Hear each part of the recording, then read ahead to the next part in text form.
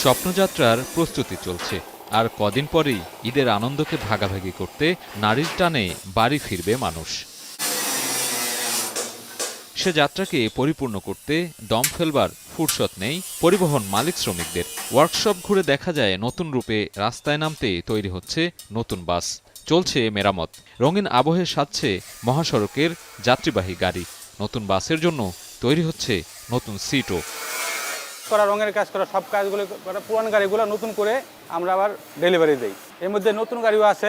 মোটামুটি এই ব্যস্ততার ভিতরে 25 পূজার ভিতরে আমাদের সব গাড়িগুলো ডেলিভারি হয়ে যাবে ইনশাল্লাহ। পুরান নতুন সবই আমরা কাজ করি, রিভারিং কাজটাও বেশি করি। নতুন কাজটা একটু কম হয় আর কি, রিভারিং কাজটা একটু বেশি হয়। সকাল 9টার থেকে রাত 12টা বাজে, 1টা বাজে, 2টা বাজে কাম দীক্ষা, এই কামে কোনো টাইম নেই। আমরা গাড়ির ফ্রেম বানাই, ওই যে সিটের ফ্রেম, এবং গাড়ির ডেকোরেশনে কাজ করি। গাড়ির সিট বানাই, গাড়ির পর্দা বানাই, গাড়ির টুপি বানাই। বাংলাদেশ যাত্রী কল্যাণ সমিতির তথ্যমতে এবার ঈদে ঢাকা, নারায়ণগঞ্জ, গাজীপুর থেকে গ্রামে ফেরা মানুষের প্রায় 75% ফিরবেন সড়ক পথে, আর তাই বেড়ে যায় গণপরিবহনের চাহিদা। তবে নতুন গাড়ি তৈরি বা পুরনো গাড়ি মেরামত হলেও ঈদে চাহিদার তুলনায় গণপরিবহন সংকট যেন নতুন নয়।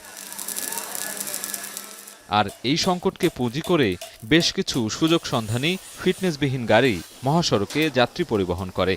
রোড সেফটি ফাউন্ডেশনের তথ্য বলছে, গেল বছর ঈদে প্রায় 358টি সড়ক দুর্ঘটনায় প্রাণ হারিয়েছে প্রায় 367 জন, আহত হয়েছে অন্তত 1,500 মানুষ, যা 2023 সালের তুলনায় 39.20% বেশি।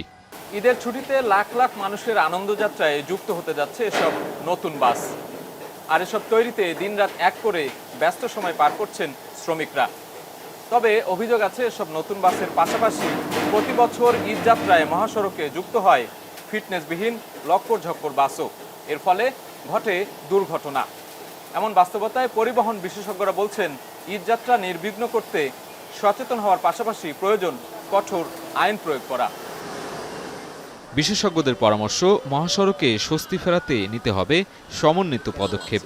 কর্তৃপক্ষ কেন আছে? কর্তৃপক্ষের দায়িত্ব আছে গাড়িগুলিকে শুধু রংচং করে ফিট করে ফেলবে, কিন্তু কাঠামোগত আনফিট আছে, এটা তো তাদেরই কি দেখা দরকার। সুতরাং আমার মনে হয় ভিজিলেন্সটা শুধু ঈদের কিছুদিনের সময়ের মধ্যে দেখা উচিত না, এটা বিস্তৃত করা উচিত।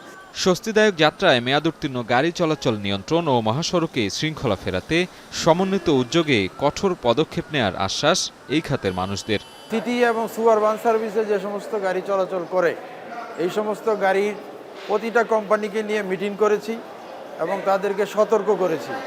এই ড্রাইভারগুলি ম্যাক্সিমাম লাইসেন্স হলো লাইট লাইসেন্স, হেভি লাইসেন্সধারী না। অতএব আমরা আমাদের যথাসাধ্য চেষ্টা করব কোনো অবস্থাতেই যেন সিটি সুপারবানের গাড়ি লং রুটে যাত্রী বহন করতে না পারে।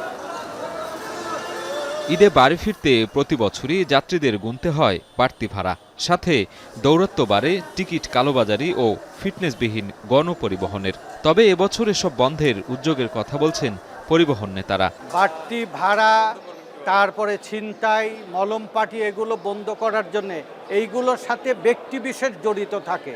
একজন ব্যক্তির বা একটা অংশের অন্যায়কে আমরা গোটা কমিউনিটির বদনাম হতে দেব না।